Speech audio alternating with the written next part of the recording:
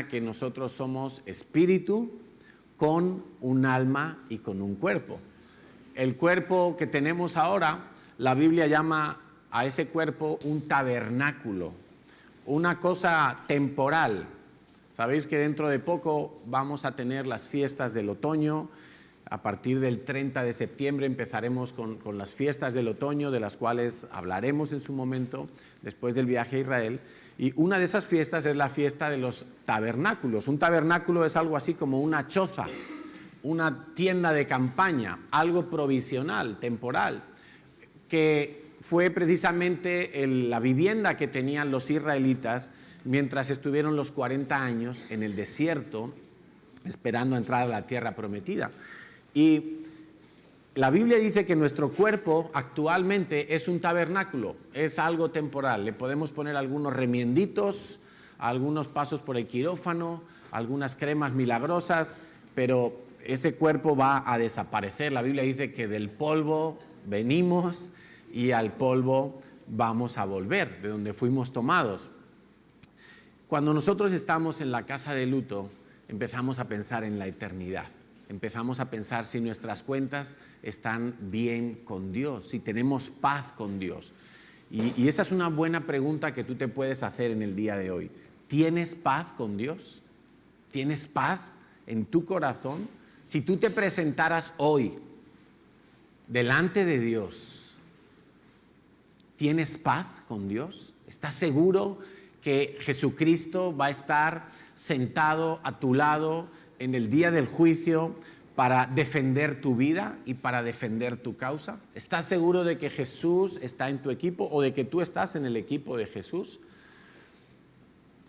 Porque si no es así, pues definitivamente se cumple lo que dice Eclesiastés. Mejor es estar en la casa del luto, para que pienses en estas cosas.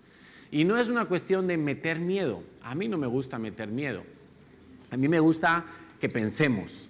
A mí me gusta que no seamos cristianos pasivos, sino activos, que tomemos la iniciativa, que no esperemos a que los acontecimientos nos sobrepasen, sino que estemos preparados para todo lo que tenga que venir. Y la preparación es ahora, antes de que lleguen las circunstancias. Y estoy 100% seguro de que nadie aquí sabe el día que va a morir. Todos sabemos el día que hemos nacido, todos. Aunque no teníamos ni siquiera memoria en ese momento, pero todos sabemos el día que nacimos. Nadie sabe el día que va a morir. Hoy estamos todos aquí, mañana no sabemos si faltará alguno. No lo sabemos. Por lo tanto, es muy presuntuoso de nuestra parte aceptar la idea de que tenemos tiempo para reaccionar. Eso es bastante orgullo por parte de los que piensan así, que tenemos tiempo de reaccionar, que habrá tiempo de cambiar. Pues quiero que sepas que tú no sabes si habrá tiempo, no lo puedes saber, eso está en la sola potestad de Dios. Dios es el que da la vida y Dios decide cuándo termina la existencia nuestra con este cuerpo. Y decía antes que la muerte no acaba con la vida, porque la muerte lo único que hace es agotar esta carcasa temporal. Pero después de eso que llamamos muerte, la persona sigue viviendo. El alma y el espíritu siguen viviendo. La diferencia está cómo sigue viviendo. ¿Vive esperando la condenación eterna o vive esperando el momento glorioso de estar delante de Dios? La expectativa va a ser muy diferente. Y nada más pasar la muerte, nada más pasar la barrera de la muerte, toda persona se va a encontrar en uno de esos dos escenarios. Y no hay más opciones. La Biblia aclara y deja con total nitidez establecido que solo hay dos opciones. No hay cosas intermedias, no hay grises. O vas a estar esperando la gloria de Dios, o vas a estar esperando horrendamente el juicio para condenación. En ese mismo momento que una persona apaga aquí su existencia, toma en realidad lo que no vemos, lo que tú y yo no vemos, que es el mundo espiritual, pero esa persona ya está en esa dimensión. Y en ese momento es muy claro, en el Evangelio de Lucas se nos cuenta la historia de un hombre rico, del cual no se nos da el nombre, pero nada más morir, él estaba experimentando el sufrimiento. Nada más morir, él estaba experimentando lo que supone no haber tomado una decisión correcta mientras estaba en vida. Y él veía que algunos estaban en el seno de Abraham, estaban bien, estaban disfrutando, estaban sin dolor, sin enfermedad, pero él estaba en un lugar de tormento y empezaba a sufrir las consecuencias más allá del dolor. Yo tengo un sobrino pequeñito que dice que el infierno quema mucho, pero más allá de eso, lo horrendo es saber que podías estar con Dios, pero nunca vas a estar con Dios. Y la Biblia nos cuenta que hay una gran cima, un gran valle, una gran grieta tan profunda y tan amplia que es imposible pasar de un lado al otro o de aquel lado a este. Nadie puede cambiar de bando después de morir. Por eso es estéril cuando las familias, después de que ha fallecido alguien, empiezan a hacer oraciones por el muerto. Es totalmente estéril. El que falleció tomó su decisión en vida, tuvo su oportunidad mientras vivía. Y eso fue lo que se le dijo al hombre rico. Tuviste tus bienes y decidiste usarlos de una manera y vivir de una determinada manera. Lo siento mucho, ya no hay tiempo. Tampoco sirve de nada pensar que un ser querido que ha muerto de alguna manera está desde el cielo guiando, protegiendo o guardando nuestras vidas, como es una creencia bastante popular. La gente a veces cree eso. Se muere un hijo, se muere un papá, una mamá, y la gente piensa, me está guardando desde el cielo. Pues la verdad que en la Biblia no encontramos ningún argumento para pensar de esa manera. La gente en el cielo solamente, o la gente que ha muerto, solamente está en espera de lo que ya está profetizado que ha de acontecer, juicio para condenación o juicio para recompensas. Pero nadie que haya muerto puede hacer ni de intermediario, ni de protector, ni está al lado de los angelitos, ni nada parecido. Eso es algo que la gente quiere creer para tratar de tener paz, pero en el fondo ni siquiera están seguros de lo que creen. Y no me extraña porque no es algo que Dios haya dicho. Y de lo único que nosotros podemos estar seguros es de lo que Dios ha dicho. Y como decía el salmista en el Salmo 63:3, él decía, mejor es la misericordia que la vida. ¿Te estás dando cuenta? El rey David aprendió que el secreto de la vida no es la vida. El secreto de la vida es confiar en Dios. Mejor es la misericordia que la propia vida. Porque si yo tengo vida, pero no tengo la misericordia de Dios, pues voy a pasar la eternidad lejos de Dios. Pero si yo tengo vida y tengo misericordia de Dios, pues me puede ir mal en la vida, puedo vivir muchos o pocos años en esta tierra, pero después de morir yo voy a pasar la eternidad con Dios. La gente a veces piensa que los cristianos estamos perdiendo el tiempo, que si tanto ir a la iglesia, que si tanto rezar, que si tanta cosa. Y ellos, los que no creen, dicen, mira, tú estás perdiendo el tiempo, porque después de la muerte no hay nada, todos vamos al cementerio, todos vamos al hoyo.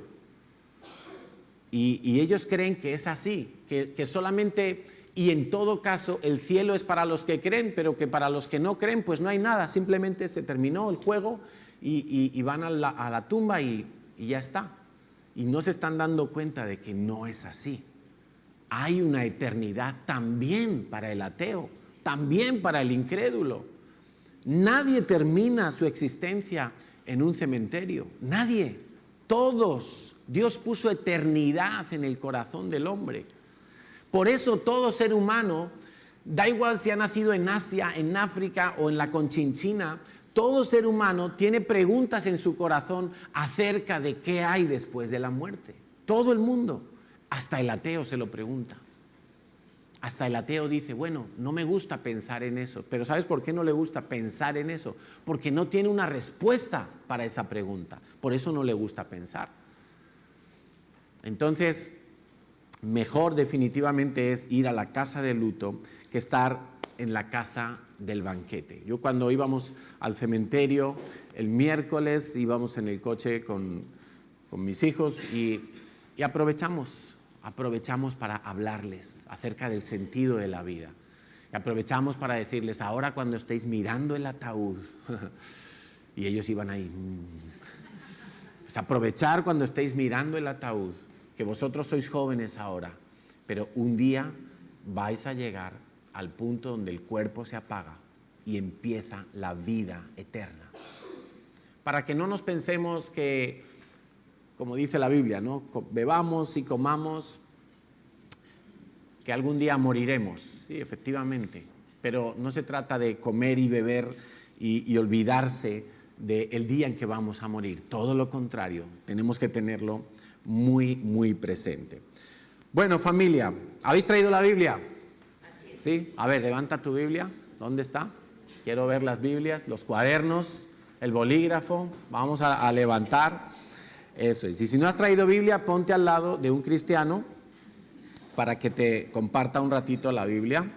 ¿Sí? Si la vas a mirar en el móvil, vamos a ignorar las notificaciones. ¿Sí? Vamos a pasar por alto las notificaciones, porque mientras tú te distraigas a ver un WhatsApp, dice la Dirección General de Tráfico que en unos segundos te puedes matar, pero también, y más grave es que en unos segundos te puedes perder una verdad fundamental de Dios. Y entonces, pues, te quedas en ignorancia, te quedas en tinieblas. La palabra de Dios va a traer a nuestras vidas la guía necesaria para nosotros vivir con sabiduría. La palabra de Dios es tan importante que Dios nos la dejó como un tesoro. Dios se la dejó al pueblo de Israel. ¿Sabes? Esa es una de las razones por las que nosotros tenemos que estar agradecidos al pueblo de Israel. Que Dios les encomendó la custodia de la palabra de Dios y lo han hecho bien.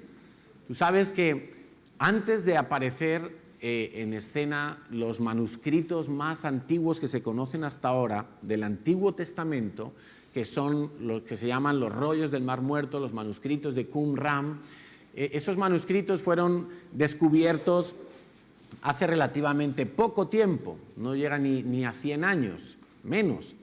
Bueno, pues antes de descubrirse esos manuscritos, los que eran más antiguos eran 1000 años más modernos que estos que se descubrieron aquí. Y resulta que con una diferencia de 1000 años, te pones a comparar los manuscritos y son prácticamente idénticos. Prácticamente idénticos, no varía. O sea, los judíos hicieron una labor impresionante para conservar fielmente la palabra que Dios le dio en su mayoría a Moisés y que Dios le dio a los profetas, a los salmistas, y que quedaron allí registradas en esos libros inspirados por la palabra de Dios. Y para algunos que creen que la palabra de Dios es un libro de hombres, que la Biblia es un libro de hombres, escrito por hombres, sí, ciertamente fue escrito por hombres. Pero mira, yo todos los lunes voy al Mercadona. Algunas veces me acompaña Natalia, otras veces voy yo solo y ella se queda haciendo otras cosas en casa. Y cuando voy yo solo, ella me da la lista de la compra. Ella escribe en una libreta, mira, leche semidesnatada, leche de soja, pechuga de pavo, pim, pim, pim, pim, pim, pim, y me hace toda una lista. La ha escrito ella, ¿sí? Pero ahora la tengo yo.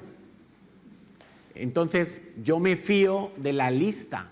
Yo no la he escrito, la ha escrito ella, pero ella es la que sabe lo que hace falta en casa. Si yo me voy a Mercadona sin una lista de la compra,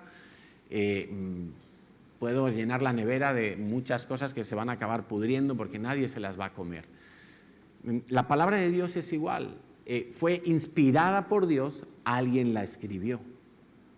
Cuando yo llego al Mercadona, yo empiezo a recoger los productos, estos cereales, estas galletas, estos yogures, esto. Y si alguien me pregunta, bueno, ¿y quién hizo la lista? No, la hizo mi mujer. Pero es lo mismo que si la hubiera hecho yo. La palabra de Dios está escrita por hombres que han sido inspirados por Dios, que oyeron la voz de Dios y ellos reflejaron lo que Dios dijo. Y la prueba de que es inspirada por Dios es que toda la palabra de Dios se cumple. Las profecías de Isaías, no era Isaías el que las tenía que cumplir. Las profecías o los salmos proféticos del rey David, no era el rey David el que los tenía que cumplir. Era Dios. Ellos murieron y Dios se encargó de cumplir esas palabras. Imagínate cómo es esas profecías 400, 500, 600 años antes de la muerte de Cristo, estaban describiendo algunos capítulos de Isaías cómo iba a ser la muerte del Mesías, pero literalmente, hablando de que no se quebrarían sus huesos, hablando de cómo se repartirían sus vestiduras. Los salmos de David, centenares de años antes de la muerte de Jesús, describían cómo iba a ser la muerte de Jesús. Abraham, miles de años antes, vio el día de Jesucristo en la cruz, el día del Mesías, el día de la provisión celestial para nuestros pecados. Él lo vio miles de años antes cuando iba a sacrificar a su hijo Isaac. Él estaba viendo el día de la resurrección. La Biblia nos lo dice, que cuando Abraham fue capaz de levantar el cuchillo contra su hijo, contra el hijo de la promesa, él estaba pensando, si lo mato porque Dios me lo pide, ¿será que Dios lo va a resucitar? Él no estaba pensando, Dios me va a dar otro hijo. Él estaba pensando, Dios lo va a resucitar, porque Dios no miente. Esta predicación de hoy le he llamado fe y paciencia. Y quiero que abramos nuestras Biblias en Hebreos capítulo 10, versículo 36. Para empezar, dice así: porque os es necesaria la paciencia para que, habiendo hecho la voluntad de Dios, obtengáis la promesa. Cuando tú te pones a estudiar acerca de la paciencia, te das cuenta de que la paciencia y la fe van juntas, caminan juntas. Y cuando tú quieres recibir las promesas de Dios, no solamente vas a necesitar fe, vas a necesitar también paciencia. Hay un tiempo entre dar la promesa y el cumplimiento de la promesa. Y muchos no tienen problema en creer la promesa, pero tienen problema con el tiempo. Tienen problema cuando empieza a pasar el tiempo y la promesa no llega a nuestras vidas. Y vamos a estar estudiando algunos versículos para entender un poco más. Ahí mismo en Hebreos capítulo 10, vámonos 2 versículos atrás, versículo 34, y dice, está hablando el autor a unos creyentes que han hecho muchas cosas por la iglesia, han servido a la iglesia, y dice, porque de los presos también os compadecisteis, y el despojo de vuestros bienes sufristeis con gozo. Mira, ahí está hablando del diezmo, de las ofrendas, de dar más allá incluso de sus fuerzas, como en otra de las cartas Pablo habla de las iglesias de Macedonia y de Acaya. Aquí está hablando de que hubo gente que con gozo entregó sus bienes. Y no especifica qué, pero habla de cosas materiales. Sufristeis con gozo el despojo de vuestros bienes. Y esto puede ser un buen indicador para cuál es nuestra actitud cuando nosotros traemos nuestros diezmos y ofrendas para entregárselos a Dios. Quiero que sepas que cuando tú traes tus diezmos y ofrendas, y es un pequeño paréntesis aquí, muy pequeño, tú no estás dando tus diezmos y ofrendas al pastor de la iglesia.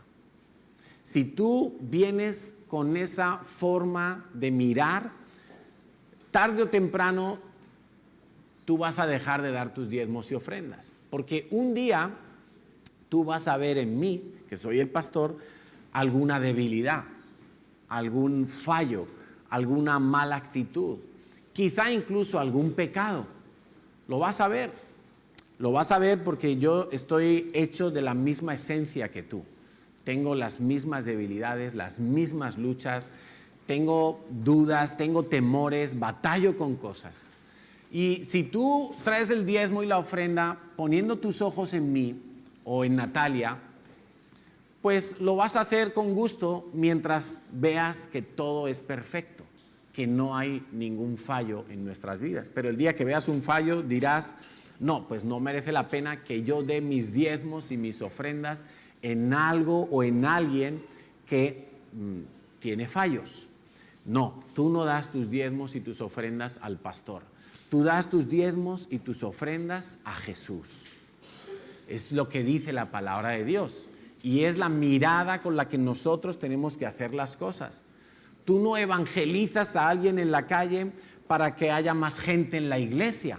No, tú evangelizas porque a Dios le ha placido que ese sea el método, la locura del evangelio, de la predicación de la palabra, la que se use en este tiempo para que la gente conozca a Dios. Todo lo que tú hagas en la vida cristiana lo tienes que hacer mirando a Jesús, no mirando a los hombres. El que sirve en la iglesia, en cualquier área de la iglesia, no puede considerar que está sirviendo a las personas. O mejor, puede considerar eso, pero sabiendo que a través de eso lo que está haciendo es servir a Jesús mismo. Porque la iglesia es el cuerpo de Cristo. Y la Biblia nos dice que es Dios el que va a pagar y el que va a recompensar, no es la iglesia. Por eso en la iglesia hay un gran ejército de voluntarios que sirven, porque han entendido o están en el proceso de entender que es una manera de servir a Cristo. Hacer de ujier, venir a limpiar, encargarse de la librería, la cafetería, la intercesión, los niños, los campamentos y multimedia y mil cosas que hay para servir en la iglesia. Servimos a los santos, pero nuestros ojos están puestos en Jesús. Por eso, si alguno de los servidores en algún momento recibe como respuesta a su servicio una mala cara, un mal gesto, pues ese servidor simplemente tiene que ignorarlo y decir, yo estoy sirviendo a Jesús. Mi Jesús no me pone mala cara. Jesús no me da una mala contestación. Jesús ve lo que yo estoy haciendo, aunque otros no lo vean, ni lo agradezcan, ni lo consideren, sino que, ¡ay, cuánto tardan en servir el café! ¡Oh, es que esta cafetería es muy pequeña! No importa, queridos camareros del grupo de jóvenes, estáis sirviendo al Señor. Al Señor. Entonces, al que te grite, al que te ofenda, ponle una buena cara, ¿sí? Como ahora han puesto en todos los aeropuertos y baños públicos, o cuando vas a comprar y te sale ahí en el datáfono, venga, pon la carita triste, la carita feliz, la carita normal. Entonces tú pon la carita feliz todo el tiempo, porque tú estás sirviendo a Jesús. Cierro paréntesis. Sufrieron con gozo el despojo de sus bienes, sabiendo que tenéis en vosotros una mejor y perdurable herencia en los cielos. Ni siquiera diezmes para que Dios te bendiga. Ni siquiera ofrendes para que Dios te bendiga. Hay gente que se acostumbró a hacer siembras porque lo que buscaban era hacer negocios con Dios. Voy a sembrar para que Dios me bendiga. No, no es la actitud correcta. Tú estás dándole siempre a Dios, tu herencia está en los cielos, todo lo que tú recibas aquí es temporal. No importa si ganas 1.000 euros o 1.000.000 de euros, todo lo que tú recibas aquí, aquí se va a quedar. Nada podrás llevar a ninguna parte después de morir. Dice el versículo 35, no perdáis pues vuestra confianza, que tiene grande galardón. porque os es necesaria, y volvemos a repetir el versículo, la paciencia. ¿Qué es necesario? Paciencia. Es necesaria la paciencia. Qué pocas veces Dios nos da algo rápido. Pocas veces. Solamente si hubiera realmente una urgencia, Dios va a responder rápido. Pero a veces rápido es que si yo tengo que hacer algo y solo tengo 5 minutos, a lo mejor Dios responde en el minuto 4 y 55 segundos. Y para mí eso no es rápido. Porque si solo tengo 5 minutos, yo quiero la respuesta en el primer minuto. Porque eso es lo que quiere la carne. La carne quiere descansar tocando la respuesta, teniendo en su mano la solución. Pero el espíritu no se inquieta. El espíritu aguarda con paciencia. Dice el versículo 36 entonces, porque es necesaria la... Vamos a decirlo otra vez, porque os es necesaria la... para que habiendo hecho la voluntad de Dios, obtengáis la promesa. Ahí va a venir la promesa, cuando yo permanezco haciendo la voluntad de Dios. Y este es un dato muy importante sobre el cual luego vamos a volver. Versículo 37. Porque aún un poquito y el que ha de venir vendrá y no tardará. Esta carta fue escrita hace 2000 años. Aún un poquito y el que ha de venir vendrá. Para Dios, 2000 años es un poquito. Y el que ha de venir vendrá y no tardará, mas el justo vivirá por fe. Ahí tienes, la fe y paciencia juntas. Y si retrocediere, no agradará a mi alma, pero nosotros no somos de los que retroceden para perdición, sino de los que tienen fe para preservación del alma. Mira, la vida cristiana es, y lo hemos dicho muchas veces, pero a mí me gusta mucho esta ilustración. La vida cristiana no es una carrera de velocidad. Para una carrera de velocidad se requiere que el atleta en cuestión sea muy explosivo, sea muy impulsivo. En cuanto se da la salida, tiene que echar todo lo que tiene en esa carrera en que dura 10 segundos. No llega. O sea, es algo muy explosivo. La vida cristiana es una carrera de fondo.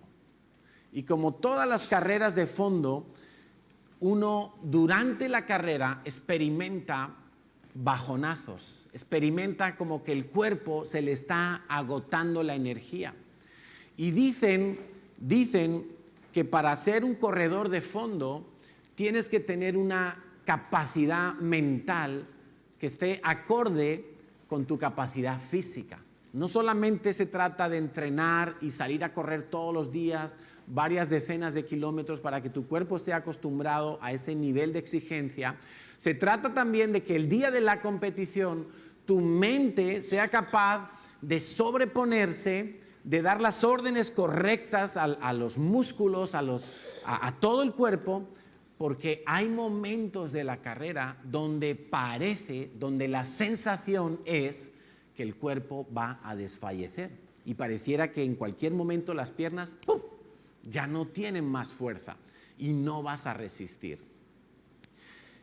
Ahí es donde nosotros vamos a meter la paciencia. La carrera es larga, la carrera está llena de obstáculos, la carrera es difícil, pero el objetivo no es llegar el primero, el objetivo es llegar a la meta. Por eso es ridículo cuando los cristianos nos empezamos a comparar con otros cristianos. Es ridículo.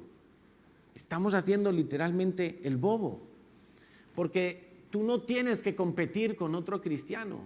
A ver quién da más, a ver quién sirve más, a ver quién tiene más discípulos, a ver quién va más veces a Israel, a ver quién. No se trata de eso. Se trata de que tú, como vamos a leer ahora, corras con paciencia hasta llegar a la meta. Hebreos 12:1 dice así, 1 y 2. Por tanto, nosotros también, teniendo en derredor nuestro tan grande nube de testigos, Tú fíjate que todo lo que tú haces, los que estamos casados lo ve nuestra esposa, los que tenemos hijos lo ven nuestros hijos, los que vivís en casa con vuestros padres lo ven vuestros padres, pero más allá de todo eso, lo ve Dios, lo ven los ángeles. Yo me imagino a los ángeles como si estuvieran en el estadio olímpico y ahí estamos los cristianos corriendo, la maratón, y los ángeles ahí animando. Venga, Carlos, venga, que solo te quedan 500 vueltas al estadio. ¿Sí? Y Carlos ahí por el suelo, ¡ay, no puedo, mis piernas! Y los ángeles, quizá los ángeles ven a uno que se ha dado la vuelta y está retrocediendo. Y los ángeles, no, pero si mira, está desagradando a Dios, se ha vuelto atrás, ha tirado la toalla, se ha salido del estadio. Y los ángeles ahí, ¿cómo puede ser? Yo me imagino a los ángeles contemplando, ellos son esa nube de testigos. O quizá ven a uno que está corriendo en el estadio y lleva una mochila ahí puesta, súper pesada, ha ido con el traje de neopreno porque el día anterior estaba haciendo buzo en el mar y va a correr ahí con el traje que casi no puede correr. O el otro que estaba esquiando y se presenta con las botas en el campo y los ángeles diciendo, ¿pero estos qué hacen? Están corriendo una carrera y vienen en pésimas condiciones. Dice la Biblia, teniendo tan grande nube de testigos, despojémonos de todo peso y del pecado que nos asedia.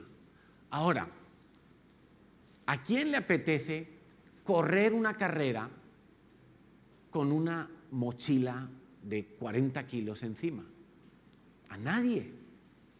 Más bien queremos ir lo más ligeros posible. Las zapatillas, las más ligeras que haya. El pantalón cortito, que no pese, que me deje espacio para moverme, la camiseta de tirantes. Ya, no quiero nada, no quiero ni una gorra porque al segundo kilómetro me va a molestar.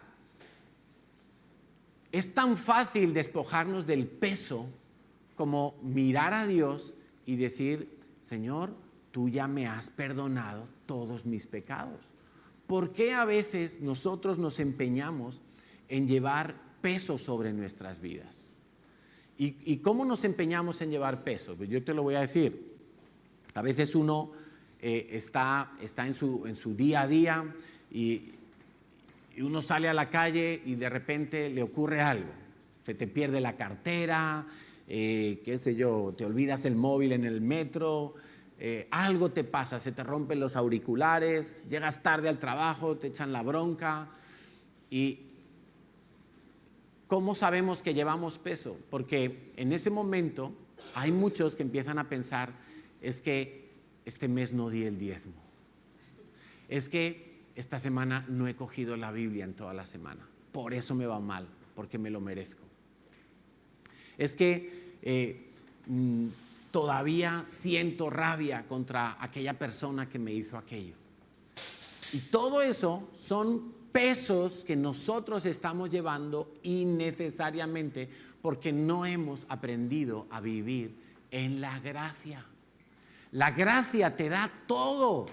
La gracia te faculta para todo. La gracia te concede todo.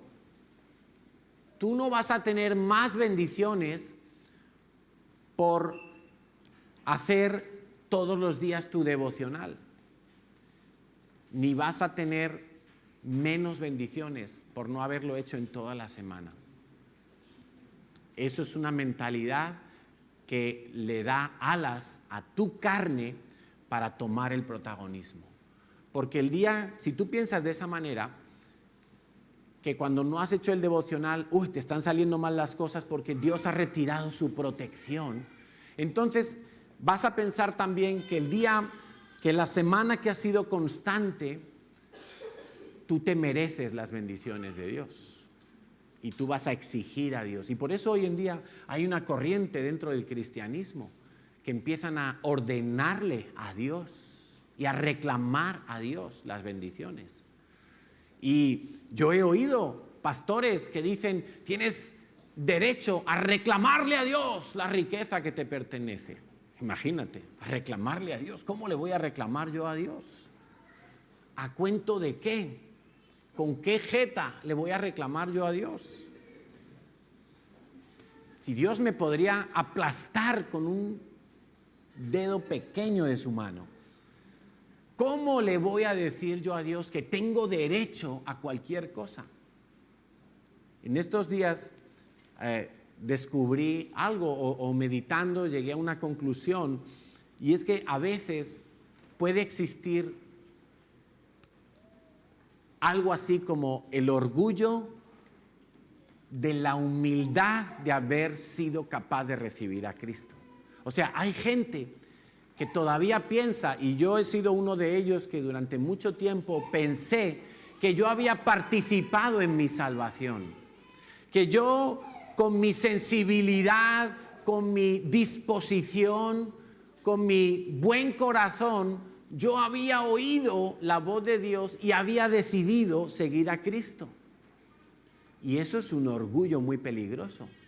Yo no participé en nada absolutamente de mi salvación. Dios me salvó por el puro afecto de su voluntad, por su pura gracia. O sea, me tocó la lotería, literalmente. Yo no hice nada, nada. Se puede levantar en nuestro corazón un orgullo por haber recibido a Cristo. Por eso algunos cristianos se consideran mejores que los no cristianos. Y cuando van a evangelizar, es eso lo que transmiten. ¿Y sabes lo que la persona oyente experimenta? Que tú eres superior y que él es inferior. Y por eso mismo va a rechazar el evangelio. Porque tú vas creyéndote bueno, creyéndote merecedor de la salvación porque un día fuiste sensible para escuchar el evangelio. Mentira. Y yo doy fe de eso porque a mí me predicaron durante más de un año y yo era totalmente insensible, totalmente insensible. Fue la pura misericordia de Dios. Mejor es la misericordia que la vida. Dios tuvo misericordia de mí. Pablo dice, cuando a Dios le plació revelar a su Hijo en mí. No es cuando Pablo fue sensible, para nada. Pablo era duro para el evangelio de Cristo. Dice él, cuando a Dios le plació, y lo mismo digo yo, y lo mismo debemos decir cada uno de nosotros, cuando a Dios le plació revelar a su Hijo en ti, en mí. Fue en ese momento que nosotros, Jesús. Fue en ese momento y no en otro. Cuando a Dios le plació. Entonces estamos de acuerdo, la confianza, la paciencia, la fe tienen que caminar juntas. Dice el versículo 39, pero nosotros no somos de los que retroceden para perdición, sino de los que tienen fe para preservación del alma, fe y paciencia. Entonces, estábamos hablando, me volví atrás, perdón, del versículo Hebreos 1, de Hebreos 12:1 y Hebreos 12:2. Corramos con paciencia la carrera que tenemos por delante, puestos los ojos en Jesús. Esa es la clave. Hijos de Dios, esa es la clave. Cristo ya murió. No le tienes que crucificar cada día. No le puedes pedir a Dios que sacrifique a Cristo otra vez cada día. Él ya murió. Solamente créelo. Pon tus ojos en Jesús. ¿Qué le pasó a Pedro? Señor, si eres tú, manda que yo camine sobre las aguas. Llámame. Y Jesús le llama, ven. Estaba la palabra dada. Jesús le dice, ven. No fue una ocurrencia de Pedro, porque si Jesús no le hubiera dicho, ven, y Pedro salta al agua, Pedro se hunde. Pero Jesús le dijo, ven. Entonces, sobre la palabra de Jesús, Pedro empezó a caminar sobre las aguas. ¿Tú te imaginas eso? Ni Copperfield lo hace. Eso es algo impresionante, caminar sobre las aguas, venciendo las leyes de la naturaleza. Impresionante, ¿no? Y él estaba caminando bien, igual que tú y yo, mientras estamos mirando a Cristo. Y el día que nos sentimos mal, miramos a Cristo y caminamos bien. Pero el día que nos sentimos mal y empezamos pobrecito yo, nadie me quiere. No, Dios no escucha mis oraciones. El gobierno ha dicho que viene una crisis. No, es que están echando a gente de la empresa. Empezamos a escuchar la tormenta.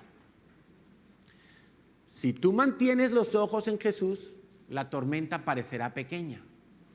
No importa de qué tamaño sea ni a qué velocidad vayan los vientos. Si tú permaneces con los ojos en Jesús, tú vas a caminar sobre la promesa. Si tú quitas los ojos de Jesús, como hizo Pedro, que en un momento dijo, uy, qué viento tan fuerte, ¡blup! Se hundió. Se hundió.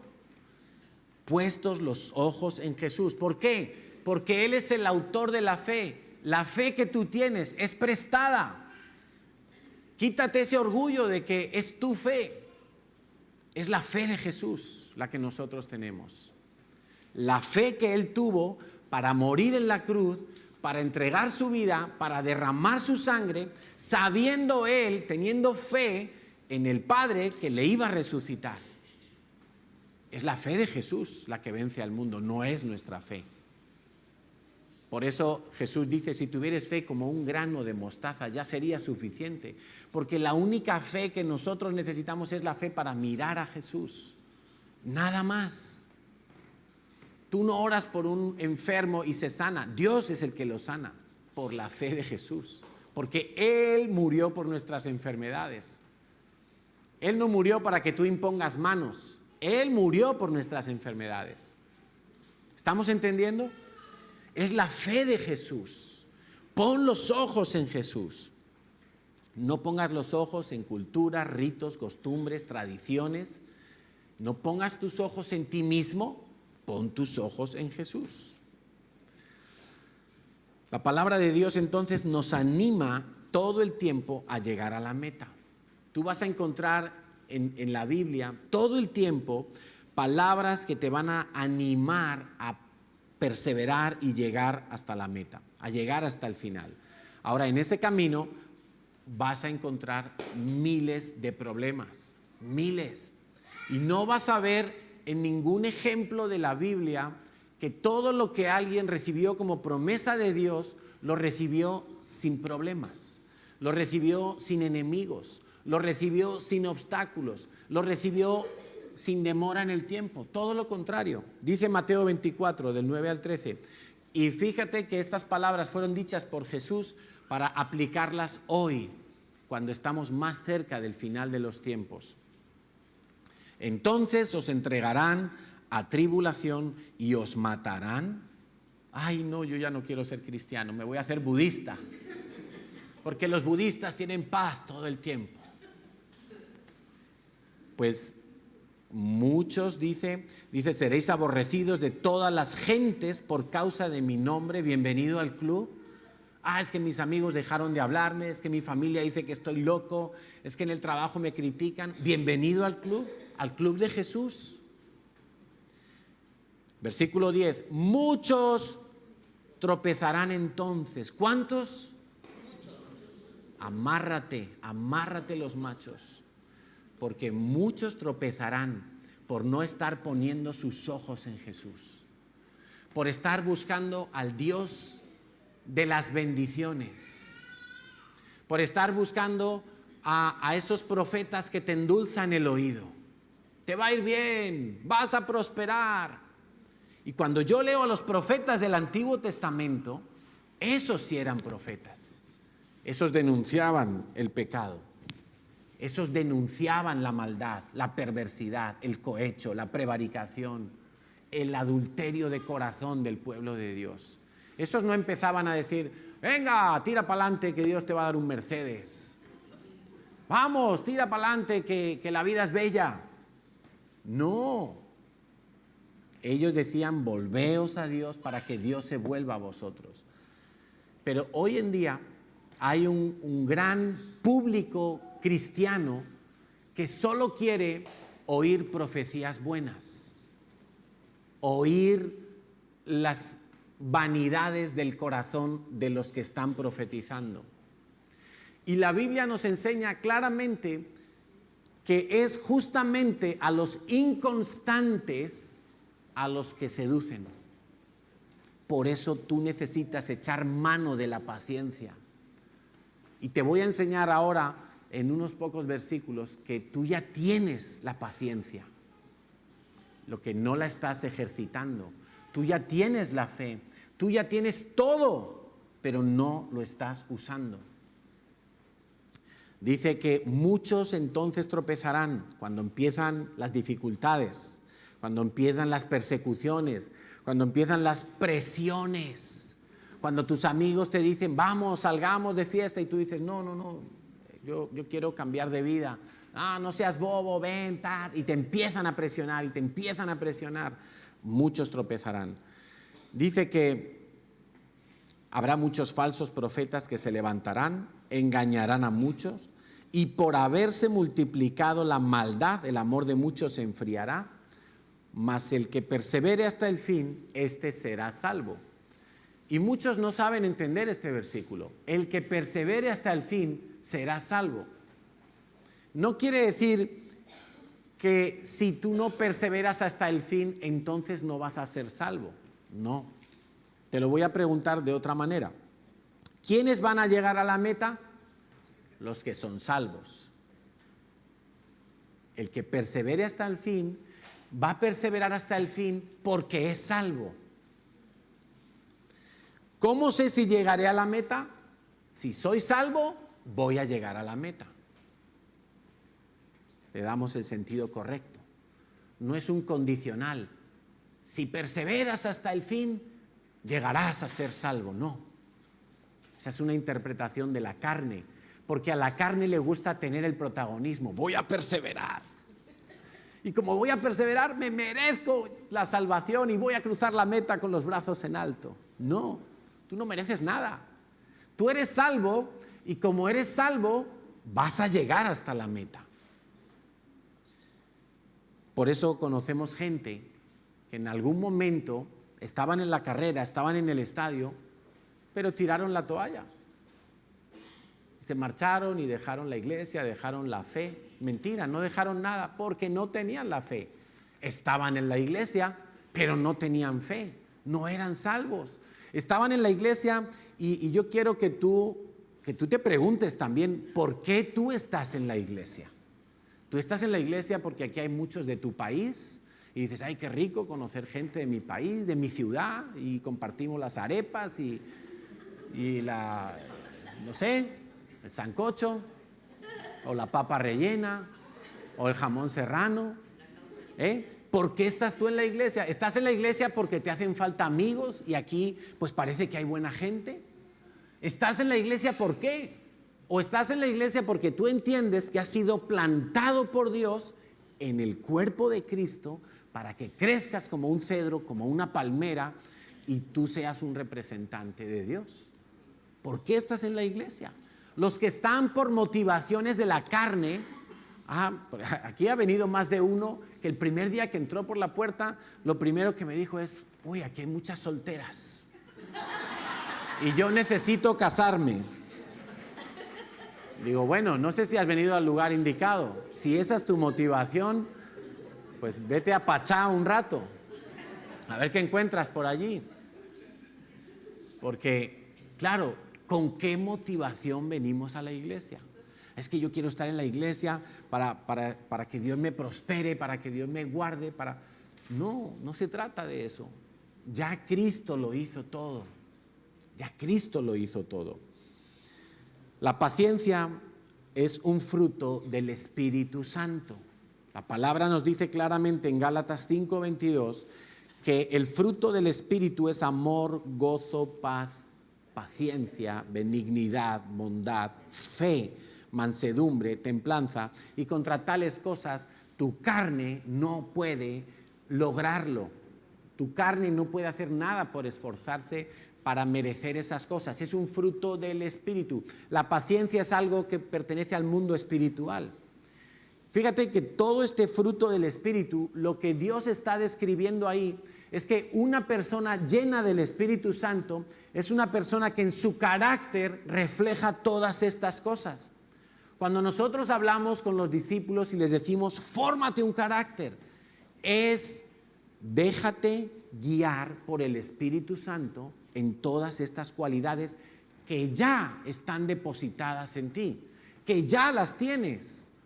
El Espíritu Santo ha sido derramado en tu corazón, es la promesa que Dios hizo, y si tú estás en Cristo, tú ya tienes al Espíritu Santo, tu carácter puede empezar a ser moldeado por toda esta riqueza. Lo que ocurre es que en muchas ocasiones dejamos que sea lo impulsivo, que es lo que promociona la carne, lo impulsivo. La carne quiere ser velocista, la carne quiere las cosas ya. El espíritu es fondista, es de carreras de fondo, de larga distancia. El espíritu no se rinde. Si alguien tiró la toalla en el estadio, no era cristiano. Ese no era cristiano. Ese estaba corriendo por salir en la foto, por salir en las noticias, por llevar la bandera de su país, yo qué sé. Pero si tiró la toalla, no era cristiano. El verdadero cristiano va a llegar hasta la meta. Por eso no me impresionan las conversiones rápidas. Todos necesitamos pasar la prueba del tiempo, porque pasando el tiempo van a venir las dificultades, y es ahí donde yo voy a saber si los que han estudiado el Conéctate y vieron la lección del Espíritu Santo están viviendo por el Espíritu o están viviendo todavía por la carne. ¿Están respirando venganza cuando les hacen algo o están respirando perdón cuando les hacen algo? ¿Están corriendo en sus astucias y en sus mañas cuando necesitan solucionar algo o están esperando en el Señor la resolución de los problemas conforme a las promesas de Dios? De mi grado de comunión depende la calidad del fruto del Espíritu en mi vida. ¿Cuánto del Espíritu Santo tienes? Si el Espíritu Santo se retirara de tu vida, escucha esto, si el Espíritu Santo se retirara de tu vida, ¿cuántas cosas seguirías haciendo para Dios de la misma manera? ¿Seguirías leyendo la Biblia de la misma manera? ¿Tendrías el mismo nivel de revelación, de profundidad? ¿Tendrías los mismos deseos de evangelizar? ¿Hay deseos de evangelizar? ¿Tendrías las mismas ganas de servir? Si el Espíritu Santo se retirara en este momento de tu vida, ¿cuántas cosas seguirían exactamente igual en ti? Eso te va a decir la medida de la comunión que tú tienes con el Espíritu Santo, si es mucha o si es poca. Si tú estás dependiendo de tus fuerzas o estás dependiendo del Espíritu Santo.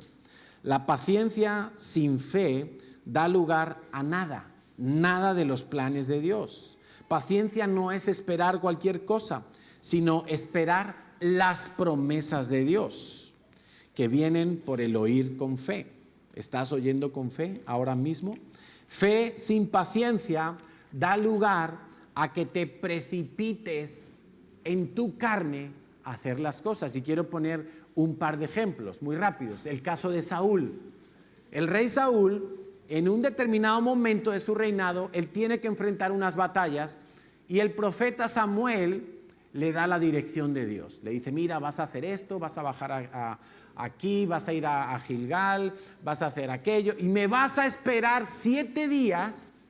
Vamos a ofrecer unos sacrificios y dijo Samuel, voy a ofrecer unos sacrificios y unos holocaustos. Tú me vas a esperar 7 días y cuando yo llegue, le dice Samuel, te diré y te enseñaré lo que tienes que hacer. Entonces el rey Saúl ya lleva toda su agenda hecha. El profeta se lo había dicho. A dónde tenía que ir, cuántos días tenía que esperar, todo bien detallado. Y sale Saúl, se va de la presencia de Samuel, empiezan a pasar los días, él hace como el plan estaba previsto y llega al lugar, a Gilgal, y allí tiene que esperar 7 días. Pero mientras esperan 7 días, todo el ejército está asustado.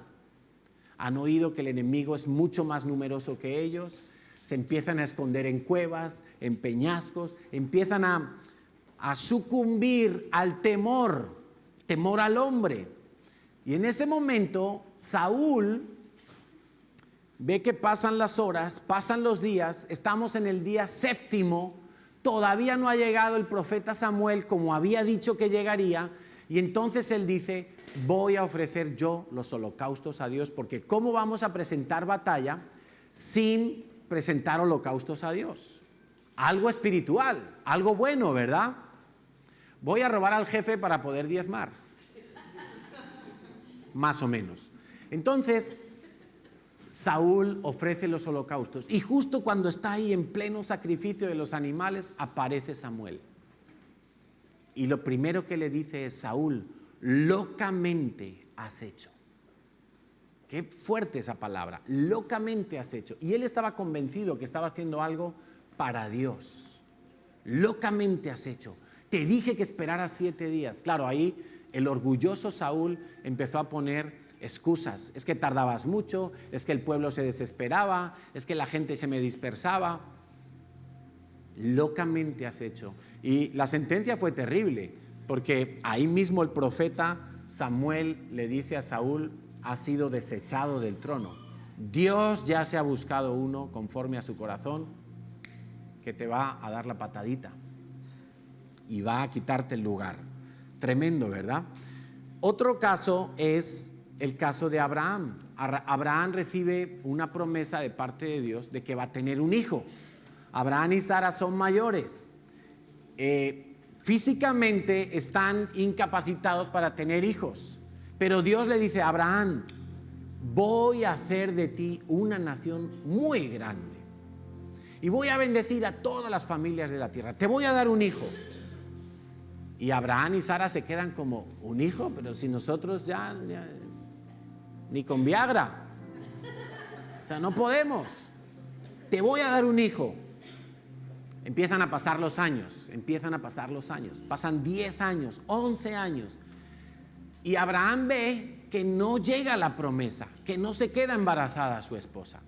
Entonces, Sara y Abraham tienen una idea. El impulso de la carne.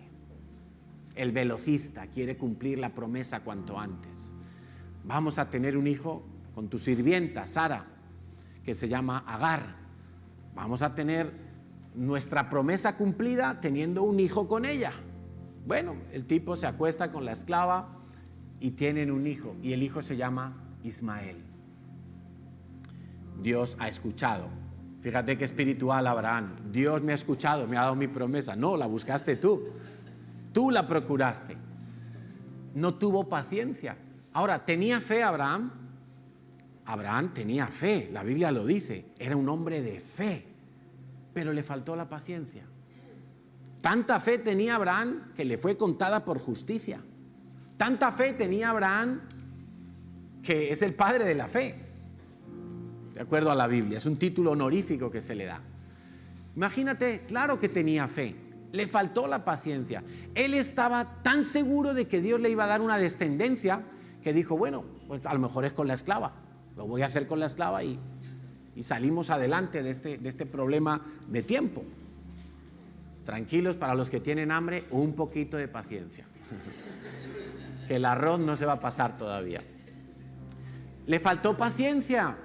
¿Y qué problema? Ismael, hasta que lo tuvo que echar junto con Agar de su casa, porque cuando finalmente vino el cumplimiento de la promesa, 14 años después, nació Isaac, y dice la Biblia que Ismael se burlaba de Isaac y le hacía la puñeta todo el día. Y de acuerdo a las traducciones más revisadas del Antiguo Testamento, parece ser que lo que Ismael hacía con Isaac era abusar sexualmente de él. Le oprimía hasta el punto que Sara dijo, esto no puede ser. Y Dios le dijo a Abraham, la esclava no heredará, el esclavo no heredará con el hijo de la promesa. Hay que echar al esclavo y a su hijo. Y los tuvieron que echar. Ismael y su madre Agar tuvieron que salir del campamento. ¿Qué problema cuando nosotros en nuestra impaciencia buscamos ayudar a Dios a que cumpla Dios sus promesas que no son mías?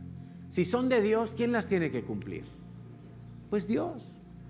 Y si Dios se tarda, ¿acaso yo voy a discutir con Él?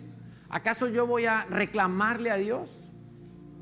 Dios, que te has olvidado, que se acaba el tiempo, Dios. No, Dios no se olvida. Si son sus promesas, Dios las va a cumplir. Se la cumplió a Abraham. Claro que se la cumplió, sobradamente. Hay tantos casos, ¿verdad?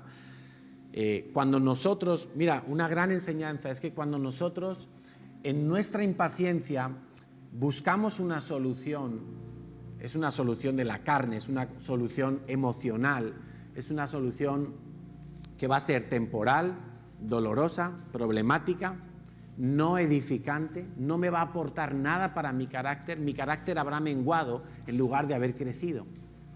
Va a ser un problema por todos los sitios hasta que tú incluso tengas que renunciar a esa chapuza que es la solución en la carne y dejar que sea Dios el que lo haga por completo. Ahora también vemos en la Biblia el caso de Noé. Noé tuvo paciencia. Cuando no se sabía ni lo que era la lluvia, Dios le dijo, va a llover. Él creyó la promesa. Cuando Dios le dijo, construye un arca, porque va a llover de tal manera que toda la tierra va a quedar abnegada de agua, él creyó la promesa. 120 años, según los estudios. Hay otros que dicen que fueron 40, no importa, decenas de años, predicándole a la gente, porque eso es lo que hizo Noé. Predicarle a la gente, viene la destrucción, viene la destrucción, viene la destrucción. ¿Qué hacía la gente? Se burlaban de él. ¿A él le importó eso? Él siguió a lo suyo, a lo que Dios le había mandado, puestos los ojos en Jesús. Y Noé es un tipo de Cristo. Es uno por el que fue salvada la raza humana. Es un tipo de Cristo, un modelo, tipología. Noé tuvo paciencia y mucha paciencia. Y finalmente llegó la promesa. Dios lo había prometido. Y todos perecieron. El caso de los discípulos, se muere Jesús. Y Jesús les dice, después de resucitar, se aparece a ellos y les dice, esperar la promesa del Espíritu Santo. Y ellos estaban anímicamente mal, estaban experimentando ya persecución, pero ellos esperaron el cumplimiento de la promesa. No salieron de Jerusalén como locos. Ay, ahora estamos solos, ahora nadie nos cuida, nadie nos protege. Jesús ha muerto, ha resucitado, se ha ido al cielo, aquí estamos sin maestro. ¿Cuántas veces ha sido precisamente tu estado de ánimo el que te ha llevado a precipitarte? No, como ya Dios no lo va a hacer, yo renuncio a esta promesa. Como ya Dios no lo está haciendo, renuncio a la promesa. Porque me siento mal, porque me siento solo, porque siento que Dios no oye mis oraciones, porque siento que nadie me entiende. ¿Cuántos de aquí quieren más paciencia? ¿Cuántos quieren crecer en paciencia y tener más paciencia? Una paciencia que sea capaz de aguantar y de esperar hasta ver el cumplimiento de las promesas. ¿Cuántos quieren paciencia? Romanos 5, del 3 al 4, y con esto vamos a terminar.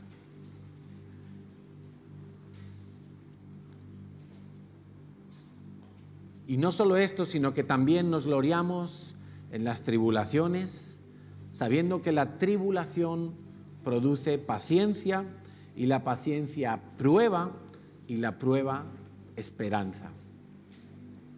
Hebreos 6:15. Y habiendo esperado con paciencia, alcanzó la promesa. Santiago 1, del 3 al 4. Sabiendo que la prueba de vuestra fe produce paciencia, mas tenga la paciencia su obra completa, para que seáis perfectos y cabales, completos, sin que os falte cosa alguna. Ya tienes fe, porque un día le dijiste a Jesús que entrara en tu corazón, que perdonara tus pecados. ¿Hace falta fe para eso? hace falta fe para nacer de nuevo. Ahora te hace falta acompañar a la fe con paciencia. Y la paciencia va a crecer en tu vida en la medida en que tengas más pruebas y tribulaciones. Por eso Pablo lo tenía tan claro. Parece loco, pero Pablo decía: cuando vienen las pruebas me pongo contento. Y Pablo no era masoquista. A Pablo no le gustaba sufrir. Pero él sabía que a través de las pruebas su fe se fortalecía, su paciencia se agrandaba. Las pruebas son necesarias, las tribulaciones son necesarias. Por eso los que no entienden esto, cuando algo les va mal en la vida, enseguida piensan mal de Dios. Dios no me oye, Dios no me responde, Dios miente en su palabra.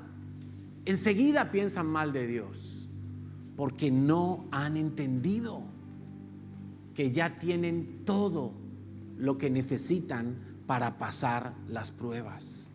Romanos 15:5. Pero el Dios de la paciencia, ¿cómo le llama? El Dios de la paciencia. Más paciencia tiene Dios contigo que tú con Él. El Dios de la paciencia y de la consolación os dé entre vosotros un mismo sentir en Cristo Jesús. Romanos 2:4. O menospreciáis las riquezas de su benignidad, paciencia y longanimidad, ignorando que su benignidad te guía al arrepentimiento.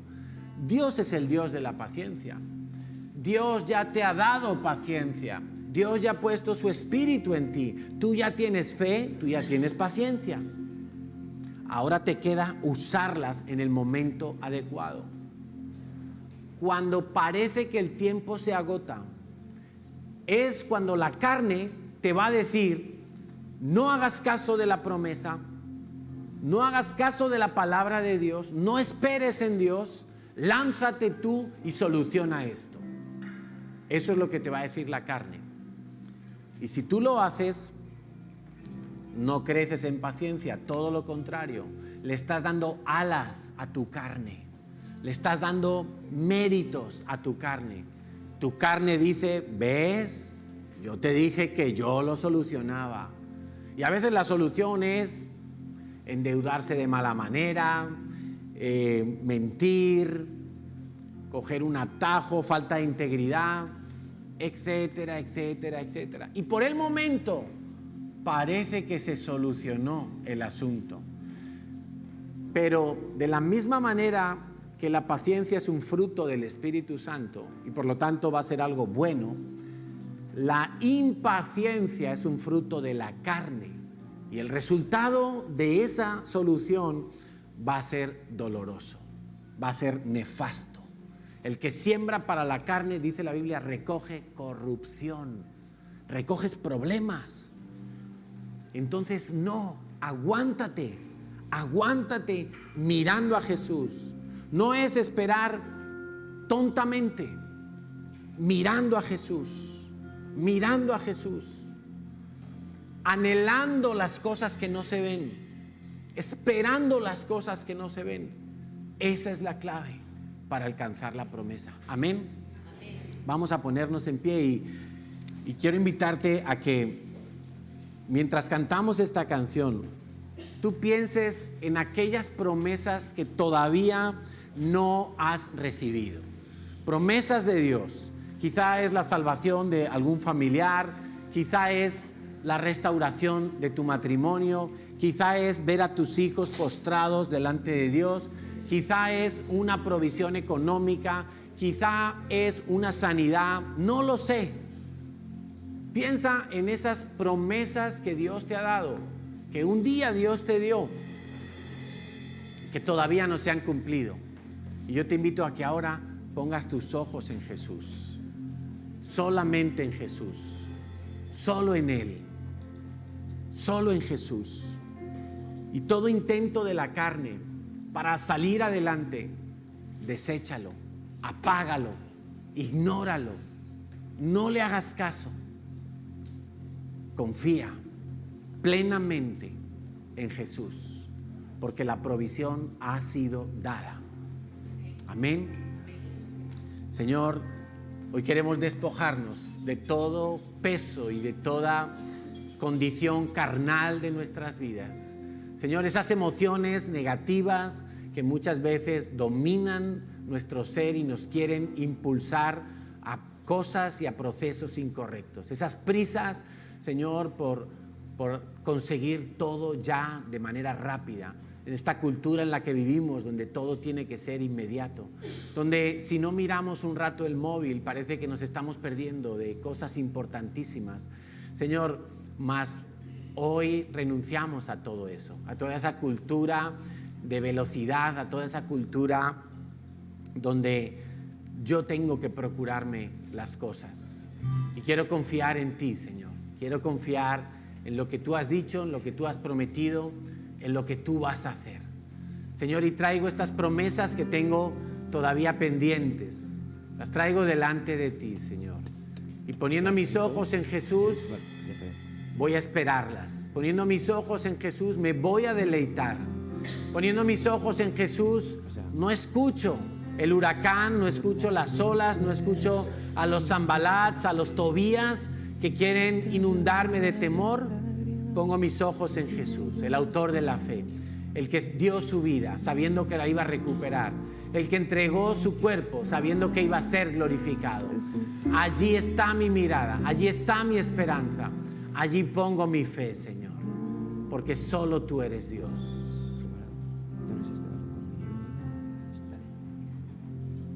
Cuando lloras por las veces que intentaste y tratas de olvidar las lágrimas que lloraste, solo tienes pena y tristeza y el futuro incierto espera. Puedes tener paz en la tormenta.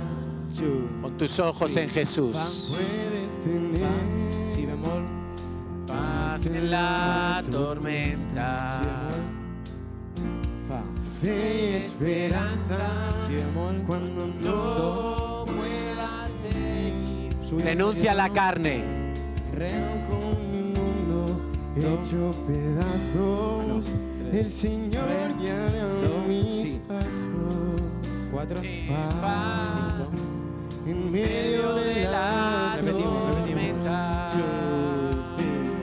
puedes tener Paz en la tormenta. 4, fe y esperanza cuando no puedas subimos medio seguir. tono, 6, Ya con mi mundo La mayor hecho pedazos, el Señor guiará mis pasos. 4, En paz En medio de la tormenta. Señor, hoy traemos esas promesas, hoy traemos nuestro corazón, hoy nos refugiamos en ti. Dice tu palabra, Señor, que caerán los montes al agua, pero tú serás siempre nuestro refugio. Señor, serás nuestro amparo y nuestra torre fuerte. En ti podemos confiar.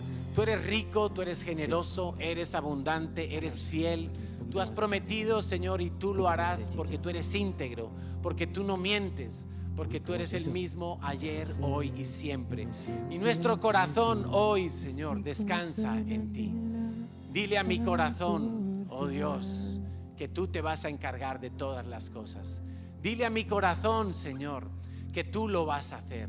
Que tú lo vas a hacer a tu manera, que tú lo vas a hacer en el tiempo perfecto, con los recursos que tú tienes, cuando tú quieres, que tú lo vas a hacer. Díselo a mi corazón, Señor, para que mi corazón descanse, para que mi corazón crea, para que mi corazón se alegre, aún mientras espera tu respuesta. Te alabará mi alma, Señor. Alabaré tu nombre todos los días de mi vida.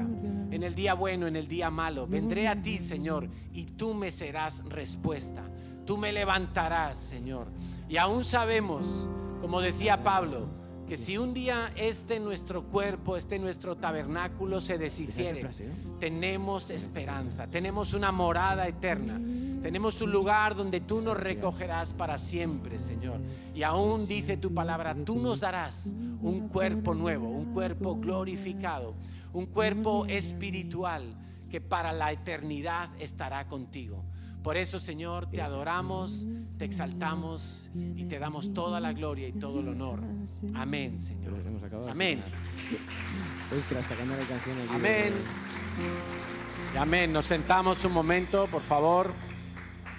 Vamos a dar unos pequeños anuncios.